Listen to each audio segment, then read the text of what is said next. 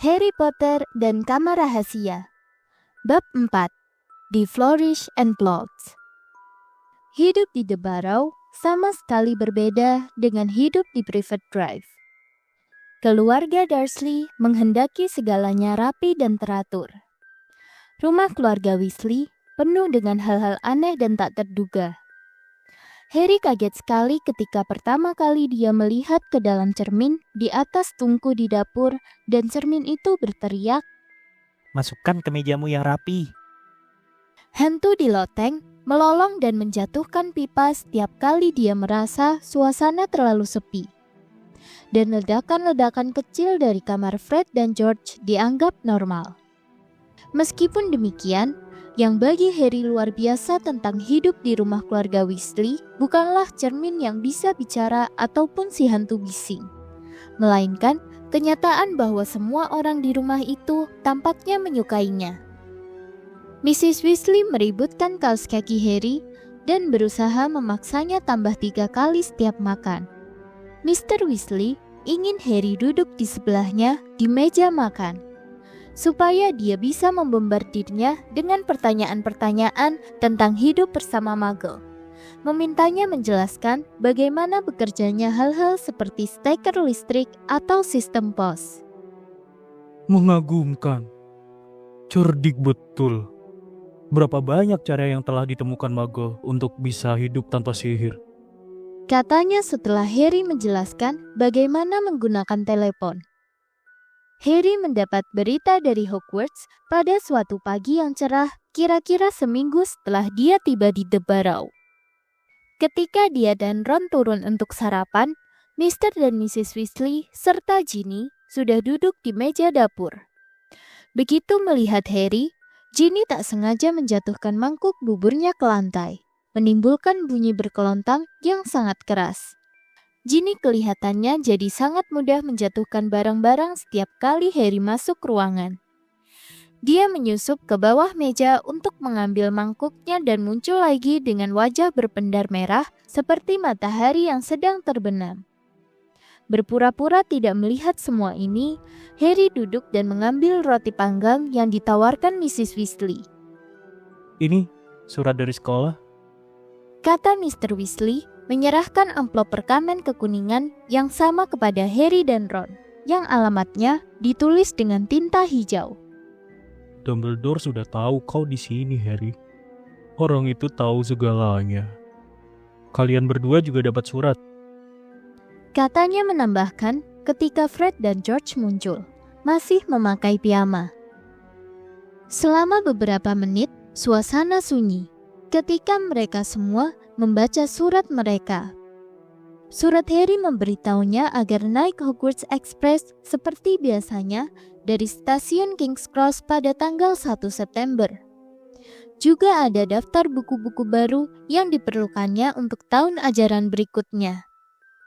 Murid kelas 2 membutuhkan Kitab Mantra Standar Tingkat 2 oleh Miranda Goshawk, Duel dengan Dracula oleh Gilderoy Lockhart, Gaul dengan Goblin oleh Gilderoy Lockhart, Heboh dengan Hantu oleh Gilderoy Lockhart, Tamasya dengan Troll oleh Gilderoy Lockhart, Vakansi dengan Vampir oleh Gilderoy Lockhart, Mengembara dengan Manusia Serigala oleh Gilderoy Lockhart, Yakin dengan Yeti oleh Gilderoy Lockhart. Fred, yang sudah selesai membaca daftarnya sendiri, melongok daftar Harry. Kau disuruh beli semua buku Lockhart juga? Guru baru pertahanan terhadap ilmu hitam pastilah fansnya mau... taruhan, pasti penyihir wanita. Katanya. Setelah berkata begitu, tertatap olehnya mata ibunya. Dan Fred cepat-cepat menyibukkan diri dengan selai. Buku-buku itu tidak murah, kata George sekilas memandang orang tuanya. Buku-buku Lockhart benar-benar mahal. Bisa kita beli? Kata Mrs. Weasley, tetapi dia kelihatan cemas. Kurasa kita bisa membeli banyak keperluan Ginny dari yang bekas pakai. Oh, kau sudah masuk Hogwarts tahun ini? Harry bertanya kepada Ginny. Ginny mengangguk. Rona merah menjalar sampai ke akar rambutnya yang merah menyala. Dan sikunya masuk ke mangkuk mentega. Untunglah tak seorang pun melihat kecuali Harry. Karena tepat saat itu, kakak Ron yang nomor 3, Percy masuk.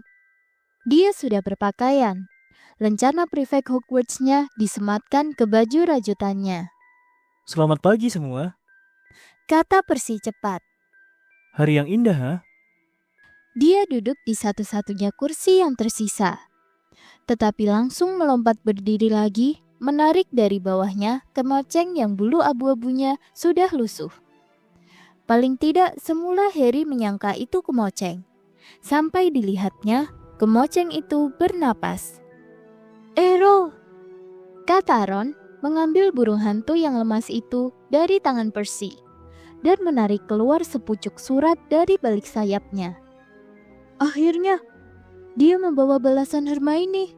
Aku menulis padanya, memberitahu kami akan mencoba membebaskanmu dari keluarga Dursley." Ron membawa Errol ke tempat hinggap di dekat pintu belakang dan mencoba menenggerkannya di situ. Tetapi Errol langsung terpuruk lagi.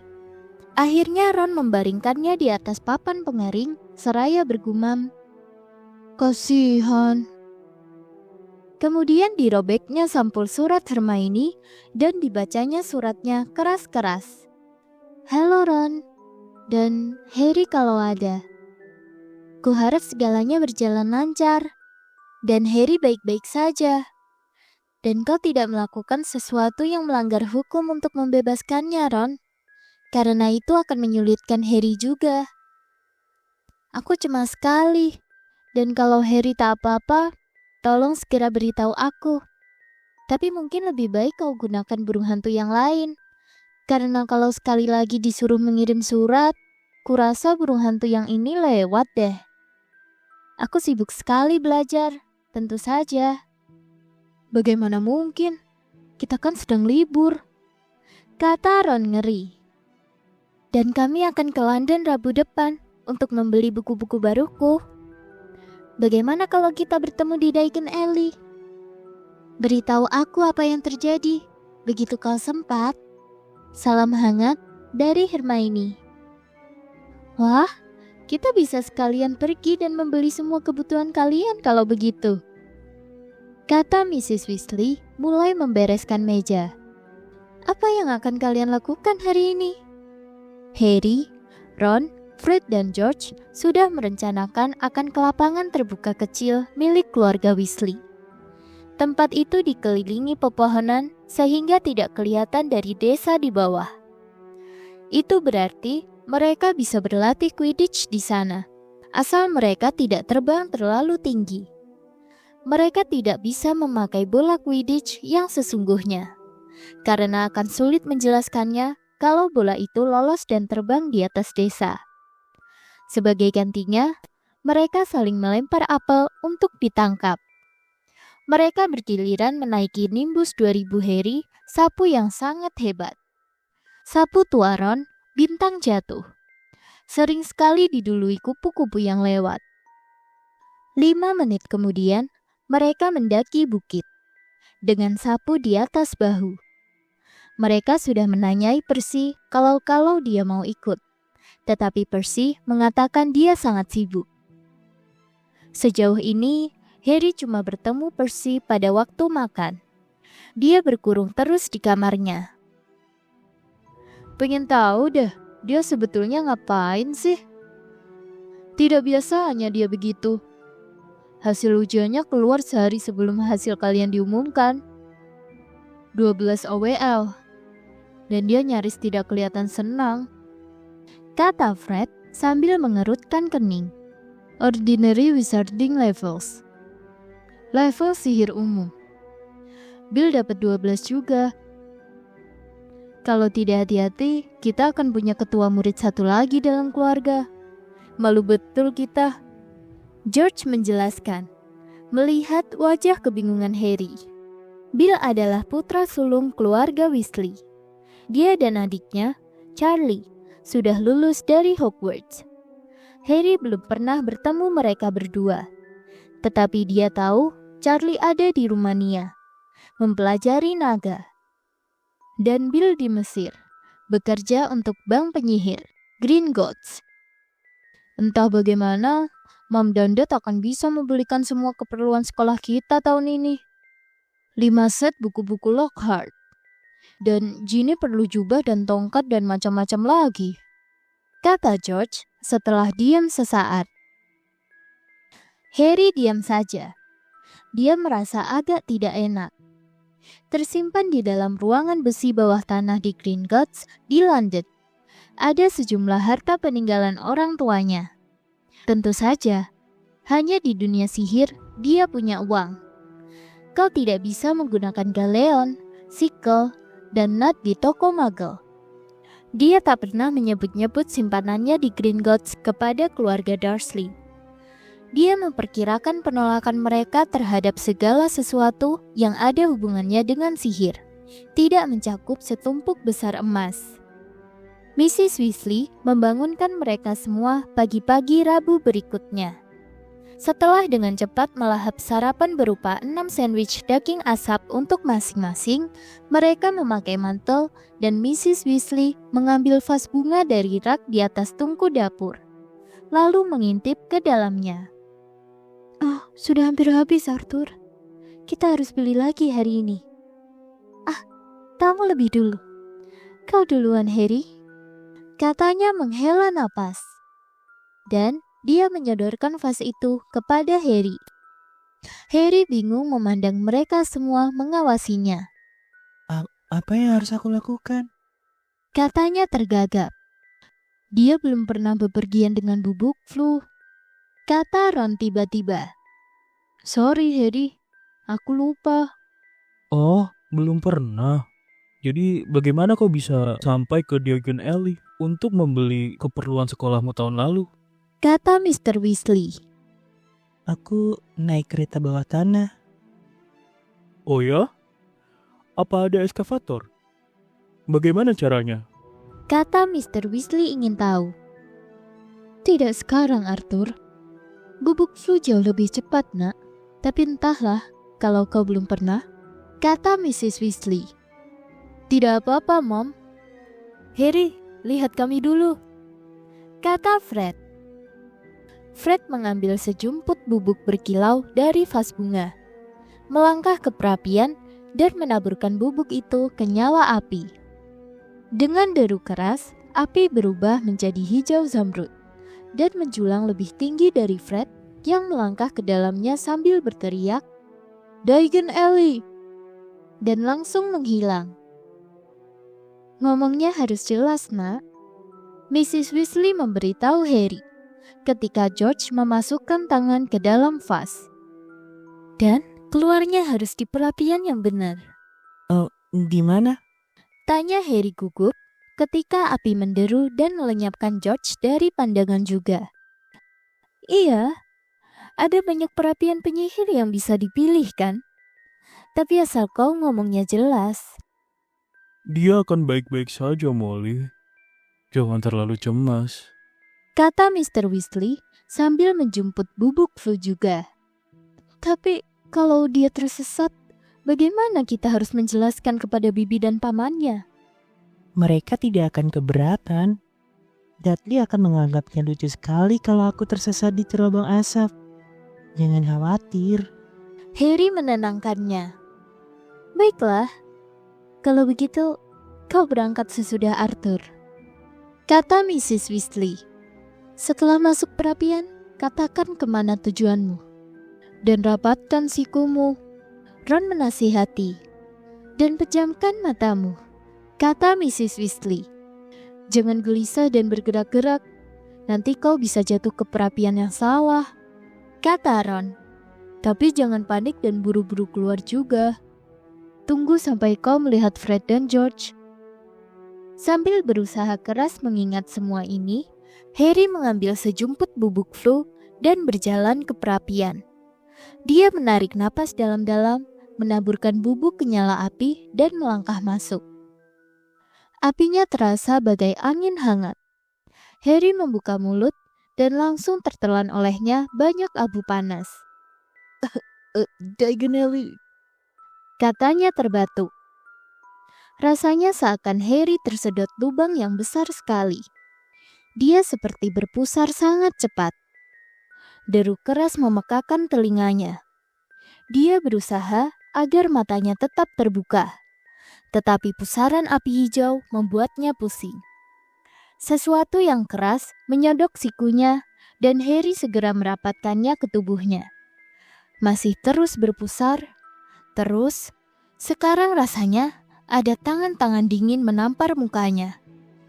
Mengintip lewat kacamatanya, dilihatnya samar-samar serangkaian perapian dan sekilas-kilas tampak ruangan di baliknya. Sandwich daging asap bergolak di dalam perutnya. Dia memejamkan lagi matanya, berharap pusaran ini segera berhenti. Dan kemudian Harry jatuh terjerembab di lantai batu yang dingin dan kacamatanya pecah. Pusing dan memar, berlumur angus, Harry dengan amat hati-hati bangun. Memegangi kacamata ke depan matanya, dia sendirian. Tetapi di mana dia? Dia sama sekali tak tahu. Yang dia tahu hanyalah dia berdiri di perapian baru di tempat yang kelihatannya toko sihir besar dengan penerangan remang-remang. Tetapi tak satu pun barang-barang yang dijual di sini akan masuk ke dalam daftar sekolah Hogwarts. Sebuah kotak kaca di dekat Harry berisi tangan keriput di atas bantal. Satu pak kartu bernoda darah dan sebuah mata kaca mendelik. Topeng-topeng menyeramkan menyeringai dari dinding. Tulang-tulang manusia berbagai bentuk dan ukuran bertebaran di meja pajang. Dan peralatan berpaku tajam berkarat bergantungan dari langit-langit. Yang lebih parah lagi, jalan sempit yang bisa dilihat Harry lewat kaca toko yang berdebu jelas bukan Diagon Alley. Lebih cepat dia meninggalkan tempat ini, lebih baik. Dengan hidung masih perih gara-gara jatuh menghantam lantai perapian tadi, Harry berjalan cepat tanpa suara menuju pintu. Tetapi belum lagi separuh jalan, dua orang muncul di balik kaca. Dan salah satunya, orang terakhir yang ingin ditemui Harry saat ia sedang tersesat, berlumuran angus dan kacamatanya pecah. Draco Malfoy. Harry cepat-cepat memandang berkeliling dan melihat lemari besar hitam di sebelah kirinya. Dia melesat masuk dan menarik pintunya, sampai tinggal celah sedikit untuk mengintip. Beberapa detik kemudian, bel berdentang dan Malfoy masuk ke dalam toko. Laki-laki yang masuk di belakangnya pastilah ayahnya. Wajahnya sama, pucat dan runcing, dan matanya pun sama, abu-abu dingin. Mr. Malfoy menyeberangi ruangan, melihat barang-barang yang dipamerkan, dan membunyikan bel di meja pajangan. Sebelum menoleh kepada anaknya dan berkata, Jangan sentuh apa-apa, Draco. Malfoy yang sudah tiba di mata kaca berkata, Katanya aku akan dibelikan hadiah, Aku bilang, aku akan membelikanmu sapu balap. kata ayahnya mengetuk-ngetukkan jari di atas meja pajangan. Apa gunanya sapu kalau aku tidak masuk tim asrama? Kata Malfoy, tampangnya cemberut dan marah. Harry Potter dapat nimbus 2000 tahun lalu. Izin khusus dari Dumbledore, supaya dia bisa main untuk Gryffindor. Padahal sih dia tidak hebat-hebat amat, cuma karena dia terkenal saja. Terkenal gara-gara punya bekas luka konyol di dahinya. Malfoy membungkuk, mengamati rak penuh tengkorak. Semua menganggapnya pintar. Potter yang hebat dengan bekas luka dan sapunya. Kau sudah menceritakannya padaku, paling tidak 12 kali. Kata Mr. Malfoy dengan pandangan yang menyuruhnya diam. Dan kuingatkan kau, tidaklah bijaksana memperlihatkan bahwa kau tidak menyukai Harry Potter. Mengingat sebagian besar bangsa kita menganggapnya sebagai pahlawan yang membuat pangeran kegelapan menghilang. Mr. Borgin. Seorang laki-laki tua bungkuk muncul di belakang meja. menyeka rambutnya yang berminyak dari wajahnya. Mr. Malfoy, senang sekali bertemu dengan Anda lagi.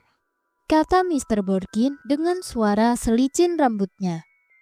Gembiranya. Dan Tuan Muda Malfoy juga. Sungguh menyenangkan. Apa yang bisa saya bantu?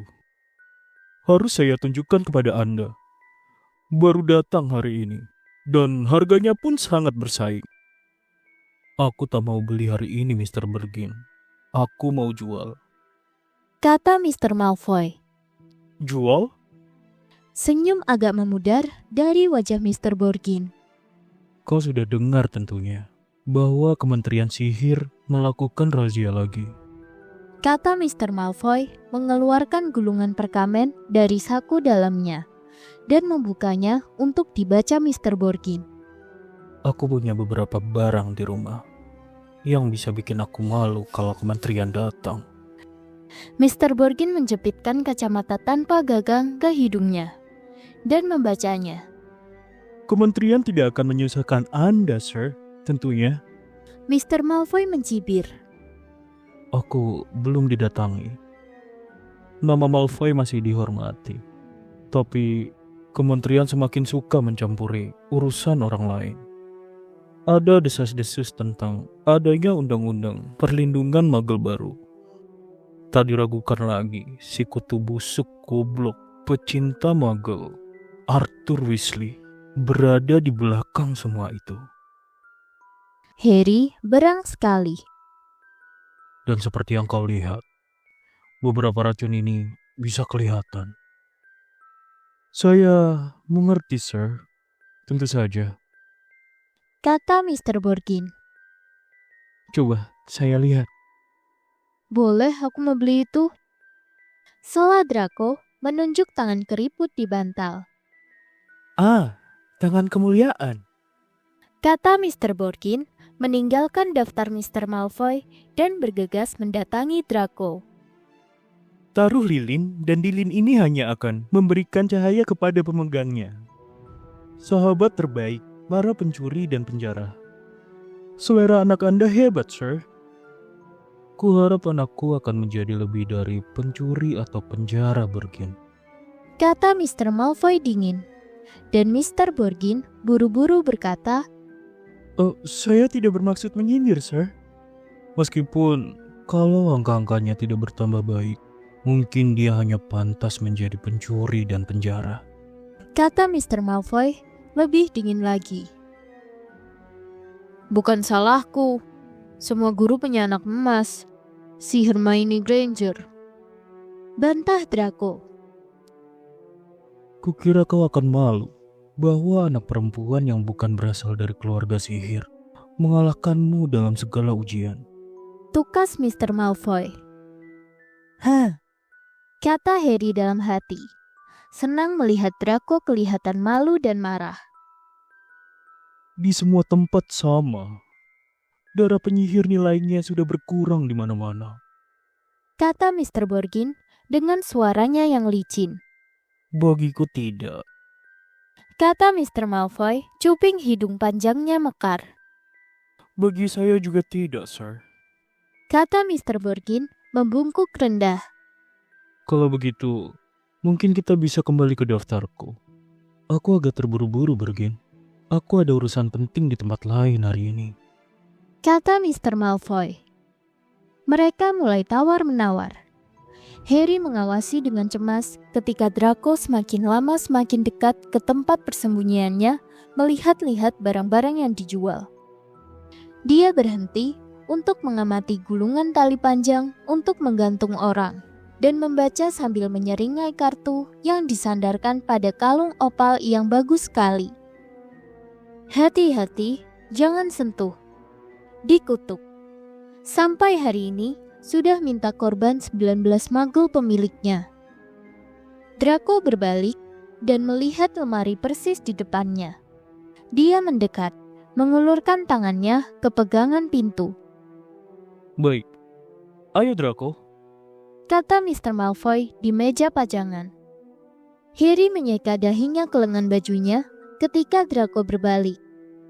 Selamat siang, Mr. Borgin. Aku tunggu kau besok di rumah untuk mengambil barang-barang itu. Begitu pintu tertutup, Mr. Borgin menanggalkan sopan santunnya. Selamat siang sendiri saja, Mr. Malfoy. Dan jika cerita yang beredar benar, kau belum menjual setengah dari yang kau sembunyikan di istanamu. Sambil menggerutu sebal, Mr. Borgin menghilang ke ruang belakang. Harry menunggu selama semenit. Siapa tahu dia muncul lagi. Kemudian, sepelan mungkin, dia menyelinap keluar dari lemari, melewati kotak-kotak kaca, dan keluar lewat pintu toko. Sambil menempelkan kacamatanya yang pecah ke wajahnya, Harry memandang berkeliling. Dia berada di jalan kecil kumuh berisi toko-toko yang semuanya menjual barang-barang untuk ilmu hitam. Toko yang baru saja ditinggalkannya, Borgin and Burge, kelihatannya yang paling besar. Tetapi di seberangnya, ada etalase yang memajang kepala-kepala yang sudah mengerut mengerikan. Dan di dua toko sesudahnya, ada kandang besar berisi banyak laba-laba raksasa yang berjalan ke sana kemari. Dua penyihir laki-laki kumal mengawasinya dari bayang-bayang pintu seraya saling bergumam. Dengan gelisah, Harry berjalan, memegangi kacamatanya selurus mungkin, dan berharap bisa menemukan jalan keluar dari tempat ini. Papan nama kusam yang bergantung di atas toko yang menjual lilin beracun memberitahunya bahwa dia berada di Nocturne Alley. Ini tidak membantu, karena Harry belum pernah mendengar nama tempat ini. Rupanya dia tidak bicara cukup jelas gara-gara mulutnya penuh abu sewaktu berada di perapian keluarga Weasley. Harry berusaha tetap tenang dan memikirkan apa yang akan dilakukannya. "Tidak tersesat kan, Nak?" kata suara di telinganya membuatnya terlonjak. Seorang nenek sihir berdiri di depannya, membawa nampan yang kelihatannya berisi kuku-kuku utuh manusia. Dia menyeringai kepada Harry, memamerkan gigi-giginya yang berlumut. Harry mundur. Aku tak apa-apa. Terima kasih. Aku cuma... Oh, Harry, sedang apa kau di sini? Jantung Harry melompat. Si nenek sihir juga melompat. Kuku-kuku dari nampannya berjatuhan ke atas kakinya. Dan dia mengutuk ketika sosok tinggi besar Hagrid, pengawas binatang liar di Hogwarts, berjalan mendekati mereka. Mata kumbangnya yang hitam berkilat-kilat di atas jenggot dan brewoknya yang lebat. Hagrid, Harry berseru parau dengan lega. aku tersesat dan bubuk flu dan... Hagrid menyambar kerah baju Harry dan menariknya jauh-jauh dari si nenek sihir, menyenggol nampannya sampai terjatuh. Teriakan si nenek mengikuti mereka sepanjang jalan kecil yang berkelok-kelok, sampai mereka tiba di tempat terang. Harry melihat gedung pualam seputih salju yang dikenalnya di kejauhan, Bank Gringotts. Hagrid telah membawanya ke Diagon Alley. Kau berantakan. Kata Hagrid pedas, mengibas abu dari tubuh Harry begitu kerasnya sampai Harry nyaris tercebur ke dalam tong berisi kotoran naga di luar toko obat. Berkeliaran di Nocturne Alley. Kelewatan. Tempat yang harus dihindari, Harry. Jangan sampai ada yang melihat kau di sana. Aku sadar itu. Kata Harry, menunduk ketika Hagrid mau mengibasnya lagi. Sudah aku bilang aku tersesat. Kau sendiri ngapain di sana? Aku sedang cari pembasmi siput pemakan daging. Kata Hagrid geram. Mereka hancurkan kol sekolah. Kau tidak sendirian. Aku menginap di rumah keluarga Weasley. Tapi kami terpisah. Aku harus mencari mereka. Harry menjelaskan. Mereka berjalan berdua. Kenapa kau tidak pernah balas suratku? Tanya Hagrid, sementara Harry berlari-lari kecil di sebelahnya. Dia harus melangkah 3 kali untuk mengimbangi setiap langkah bot besar Hagrid. Harry menjelaskan tentang Dobby dan keluarga Dursley. Muggle brengsek. Kalau aku tahu. Harry! Harry! Di sini! Harry mendongak dan melihat Hermione Granger berdiri di undakan putih paling atas Gringotts. Dia berlari turun menyongsong mereka. Rambutnya yang lebat berkibar di belakangnya. Kenapa kacamatamu? Halo Hagrid. Oh, senang sekali bertemu kalian berdua lagi. Kau mau ke Gringotts, Harry? Kalau keluarga Weasley sudah aku temukan. Kata Harry. Kau tak perlu tunggu lama. Hagrid nyengir. Harry dan Hermione memandang berkeliling. Tampak Ron, Fred, George, Percy, dan Mr. Weasley berlari-lari ke arah mereka di jalan yang padat itu. Harry, Mr. Weasley tersengal. kami berharap kau cuma kejauhan satu perapian. Dia menyeka kepala botaknya yang berkilauan. Molly sudah panik. Itu, dia datang. Kau keluar di mana? Tanya Ron. Di Nocturne Alley. Jawab Harry muram. Luar biasa. Komentar Fred dan George bersamaan. Kami belum pernah diizinkan ke sana. Kata Ron iri. Mestinya memang tidak. Gerutu Hagrid.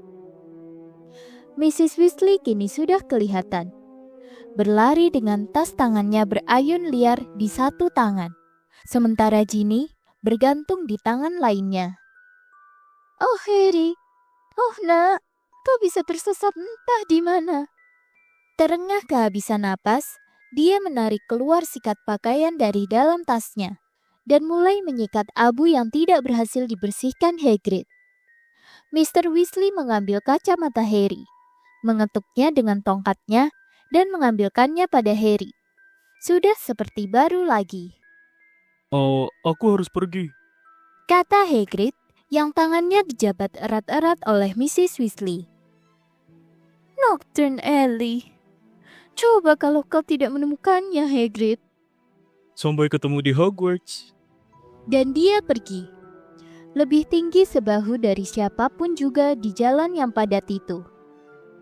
Coba tebak, siapa yang kulihat di Bergin and Burks? Kata Harry kepada Ron dan Hermione ketika mereka menaiki undakan Gringotts.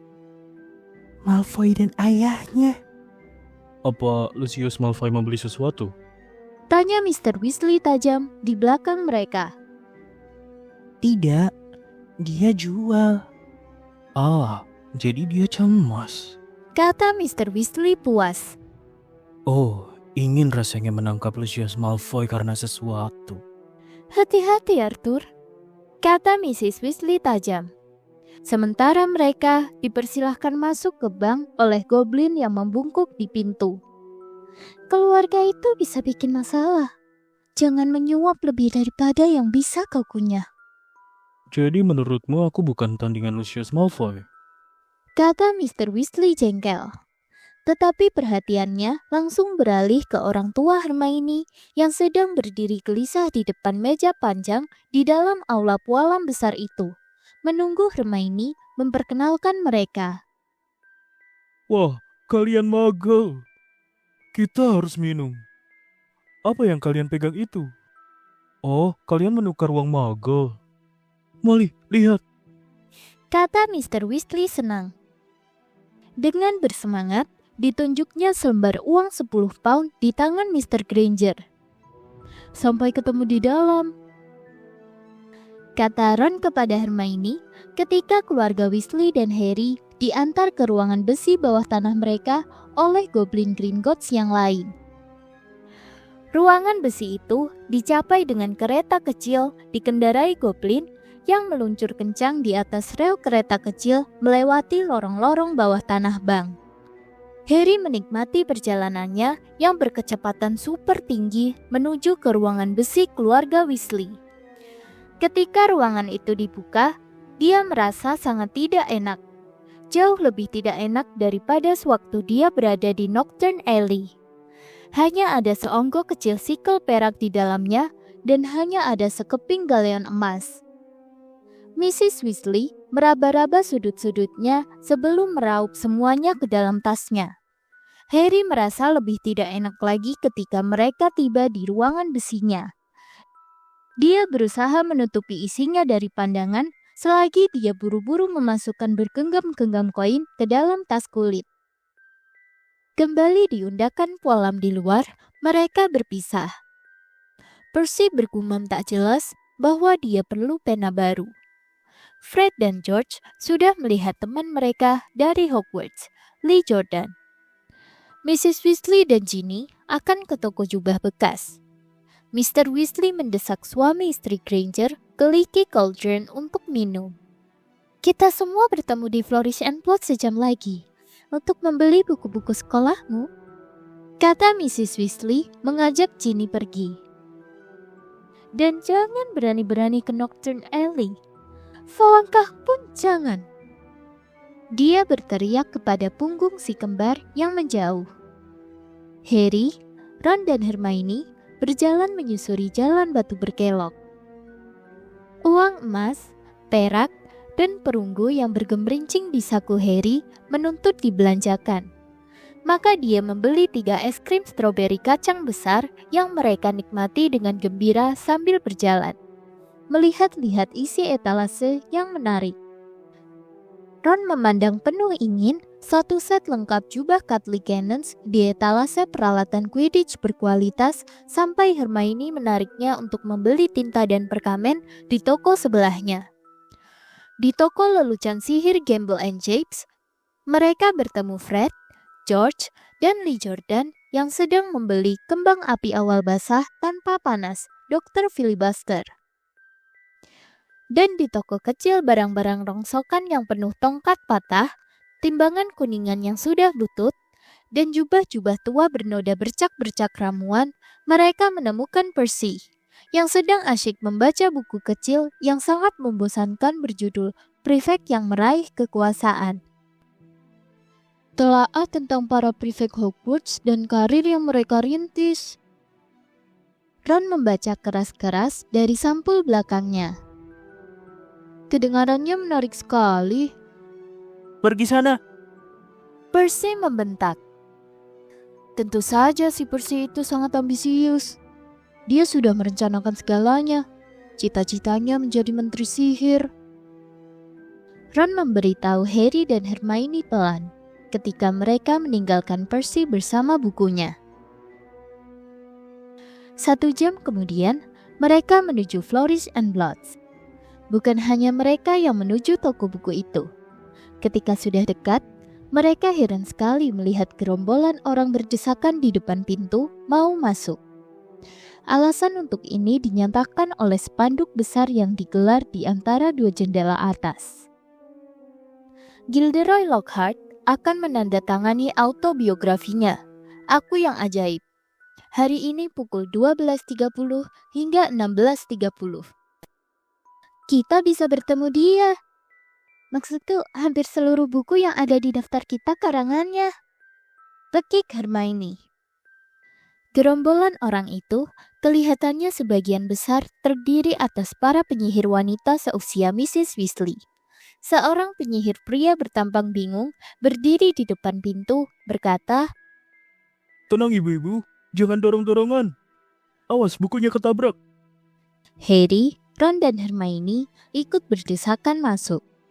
Antrean panjang memanjang sampai ke bagian belakang toko tempat Gilderoy Lockhart menandatangani bukunya. Mereka masing-masing menyambar buku heboh dengan hantu dan menyelinap di antara orang-orang yang antre sampai tiba di tempat keluarga Weasley berdiri bersama Mr. dan Mrs. Granger. "Oh, kalian sudah datang. Bagus," kata Mrs. Weasley. Dia bicara seakan kehabisan napas dan tak henti-hentinya merapikan rambutnya. "Sebentar lagi kita bisa bertemu dia." Gilderoy Lockhart akhirnya tampak. Duduk di belakang meja dikelilingi foto-foto besar wajahnya sendiri. Semua mengedipkan mata dan memamerkan gigi yang putih berkilau kepada para pengunjung. Lockhart yang sesungguhnya memakai jubah biru bunga forget-me-not yang persis warna matanya. Topi sihirnya yang berbentuk kerucut terpasang gaya di atas rambutnya yang berombak. Seorang laki-laki pendek bertampang menyebalkan melesat ke sana kemari, memotret dengan kamera besar hitam yang setiap kali mengeluarkan asap ungu bersamaan dengan menyalanya lampu blitz yang menyilaukan. Minggir kau. Dia menggertak Ron sambil mundur agar bisa mengambil gambar dengan lebih baik. Ini untuk Daily Prophet. Dasar sok. Gerutu Ron menggosok kakinya yang tadi diinjak si fotografer. Gilderoy Lockhart mendengarnya. Dia mendongak. Dia melihat Ron, dan kemudian dia melihat Harry. Dia terbelalak. Kemudian dia melompat bangun dan berteriak keras. Tak mungkin. Itu Harry Potter. Kerumunan orang menyibak berbisik-bisik seru. Lockhart bergegas maju, meraih lengan Harry dan menariknya ke depan. Orang-orang bertepuk tangan. Wajah Harry serasa terbakar ketika Lockhart menjabat tangannya, berpose untuk si fotografer yang memotret gila-gilaan. Menyebar asap tebal di atas keluarga Weasley. Senyum yang lebar, Harry. Kata Lockhart sambil memamerkan giginya yang berkilau. Berdua, kau dan aku layak menghiasi halaman depan. Ketika dia akhirnya melepas tangan Harry, jari-jari Harry nyaris kebas. Dia mencoba menyelinap kembali kepada keluarga Weasley, tetapi Lockhart melingkarkan lengannya ke bahu Harry dan menariknya rapat-rapat ke sisinya. Ibu-ibu dan bapak-bapak, Katanya keras, melambaikan tangan agar pengunjung diam. sungguh saat yang luar biasa. Saat yang paling tepat bagiku untuk mengumumkan sesuatu yang kusimpan selama beberapa waktu ini. Ketika Harry masuk ke Flourish and Blood hari ini, dia hanya ingin membeli autobiografi saya, yang dengan senang hati akan saya hadiahkan kepadanya sekarang, gratis. Orang-orang bertepuk tangan lagi. Dia sama sekali tak tahu. Lockhart melanjutkan mengguncang tubuh Harry, membuat kacamatanya melorot ke ujung hidungnya. Bahwa dalam waktu dekat dia sendiri akan mendapat jauh lebih banyak daripada buku saya. Aku yang ajaib. Dia dan teman-teman sekolahnya sebenarnya akan mendapat aku yang ajaib yang sesungguhnya. Ya ibu-ibu dan bapak-bapak, dengan senang dan bangga saya umumkan bahwa bulan September ini saya akan mengisi jabatan guru pertahanan terhadap ilmu hitam di sekolah sihir Hogwarts. Orang-orang bersorak dan bertepuk tangan. Dan Harry tahu-tahu dihadiahi seluruh karya Gilderoy Lockhart. Sedikit terhuyung karena keberatan, dia berhasil menyingkir dari pusat perhatian ke tepi ruangan, tempat Ginny berdiri di sebelah kuali barunya. Ini untukmu. Harry bergumam kepadanya, menuang buku-bukunya ke dalam kuali Ginny. Aku akan beli sendiri. Taruhan, kau pasti senang ya Potter? Kata suara yang langsung dikenali Harry. Dia menegakkan tubuhnya dan berhadapan dengan Draco Malfoy yang seperti biasa mencibir. Harry Potter yang terkenal. Bahkan tak bisa masuk toko buku tanpa muncul di halaman pertama koran. Kata Malfoy. Jangan ganggu dia. Dia tidak menginginkan semua itu. Kata Ginny. Ini pertama kalinya dia bicara di depan Harry. Dia membelalak kepada Malfoy. Potter, kau punya pacar nih. Ejek Malfoy. Wajah Ginny jadi merah padam. Sementara itu, Ron dan Hermione bersusah payah berusaha mendekati mereka. Keduanya memeluk setumpuk buku Lockhart. Oh, kau ya? Pasti kau kaget ketemu Harry di sini, hah? Tidak sekaget melihatmu di toko, Weasley. Balas Malfoy. Kurasa orang tuamu akan kelaparan sebulan demi membayar buku-buku itu. Wajah Ron jadi semerah Ginny. Dia menjatuhkan buku-bukunya ke dalam kuali juga dan maju mendekati Malfoy. Tetapi Harry dan Hermione menyambar bagian belakang jaketnya. Ron, sedang apa kau? Gila sekali di sini. Ayo kita keluar. Kata Mr. Weasley berdesakan mendekat bersama Fred dan George. Wah, wah, wah. Arthur Weasley. Ternyata Mr. Malfoy. Dia berdiri dengan tangan di bahu Draco, mencibir dengan cara yang sama. Lucius. Kata Mr. Weasley mengangguk dingin. Sibuk di Kementerian Sihir ku dengar. Razia terus-terusan. Kuharap mereka membayar uang lembur. Kata Mr. Malfoy. Dia meraih ke dalam kuali Ginny dan mengeluarkan dari antara buku-buku Lockhart yang licin berkilat, buku pengantar transfigurasi bagi pemula yang sudah sangat usang dan kumal. Ya jelas tidak, ha? Astaga. Buat apa mendapatkan nama buruk di kalangan para penyihir kalau mereka bahkan tidak membayarmu dengan baik? Katanya. Mr. Weasley lebih merah padam daripada Ron dan Ginny. Kami memiliki penilaian yang sangat berbeda tentang apa yang mendatangkan nama buruk bagi penyihir, Malfoy. Katanya. Itu jelas. Kata Mr. Malfoy, matanya yang pucat ganti menatap Mr. dan Mrs. Granger yang mengawasi dengan khawatir. Melihat teman-teman yang kau pilih, Weasley, kupikir keluargamu tidak bisa terpuruk lebih dalam lagi. Terdengar dentang logam ketika kuali Ginny terbang. Mr. Weasley telah menerjang Mr. Malfoy, membuatnya jatuh ke belakang menabrak rak buku.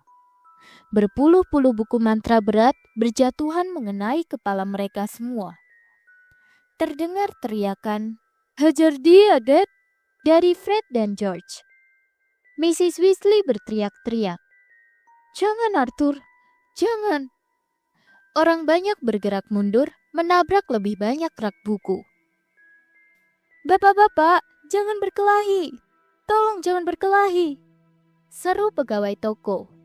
Dan kemudian, lebih keras dari semuanya, Berhenti! Hei, berhenti! Hagrid berjalan ke arah mereka di tengah lautan buku. Sekejap saja dia sudah memisahkan Mr. Weasley dan Mr. Malfoy. Bibir Mr. Weasley robek, dan mata Mr. Malfoy bengkak tertimpa ensiklopedia jamur payung. Dia masih memegangi buku transfigurasi usang Ginny. Diulurkannya buku itu kepada Ginny. Matanya berkilau jahat. Ini, ambil bukumu. Ini yang paling baik yang bisa dibelikan ayahmu. Melepaskan diri dari pegangan Hagrid, dia memberi isyarat kepada Draco dan meninggalkan toko. Kau seharusnya jangan acuhkan dia, Arthur. Kata Hagrid, nyaris mengangkat Mr. Weasley yang sedang merapikan jubahnya. Jahat sekali seluruh keluarga. Semua orang tahu itu. Malfoy tak layak didengarkan. Darah jelek itu penyebabnya. Ayo, kita keluar dari sini. Si pegawai toko kelihatannya ingin mencegah mereka pergi. Tetapi tingginya tak sampai sepinggang Hagrid. Jadi, dia memutuskan lebih baik diam saja. Mereka bergegas ke jalan. Suami istri Granger gemetar ketakutan. Dan Mrs. Weasley bukan main marahnya. Contoh bagus untuk anak-anakmu. Berkelahi di depan umum. Entah apa pendapat Gilderoy Lockhart. Dia senang. Apa Mom tidak mendengarnya ketika kita keluar? Dia bertanya kepada wartawan Daily Prophet, apakah bisa memasukkan perkelahian itu ke dalam tulisannya? Katanya untuk publisitas. Kata Fred. Tetapi rombongan yang kembali ke perapian di Leaky Cauldron adalah rombongan yang lesu. Dari tempat itu, Harry, keluarga Weasley, dan semua belanjaan mereka akan pulang ke The Barrow menggunakan bubuk flu. Mereka mengucapkan selamat tinggal kepada keluarga Granger yang akan meninggalkan rumah minum itu untuk menuju ke jalan Muggle di sisi lain. Mr. Weasley sudah mulai bertanya kepada mereka bagaimana cara halte bus beroperasi, tetapi cepat-cepat berhenti ketika melihat tampang Mrs. Weasley. Harry membuka kacamatanya dan menyimpannya dengan aman di dalam sakunya sebelum menjemput bubuk flu. Ini jelas bukan cara bepergian favoritnya.